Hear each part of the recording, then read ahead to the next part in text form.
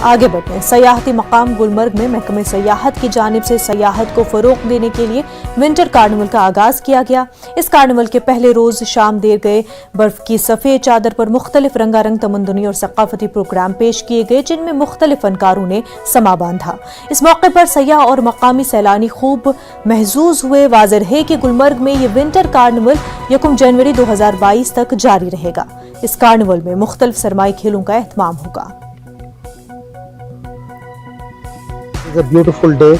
आज सुबह से बर्फ भी पड़ रही थी एंड गुलमर्ग जो है इट इज ऑल वाइट। यहाँ एक वाइट क्रिसमस मनाई जा रही है। आपने देखा लोगों में बहुत उत्साह है। काफी टूरिस्ट जो हैं वो भी यहाँ आए हैं और यहाँ के हमारे होटलेज जो हैं they are also welcoming tourist. जो सर्विस प्रोवाइडर्स हैं वो भी टूरिस्ट को यहाँ वेलकम कर रहे हैं।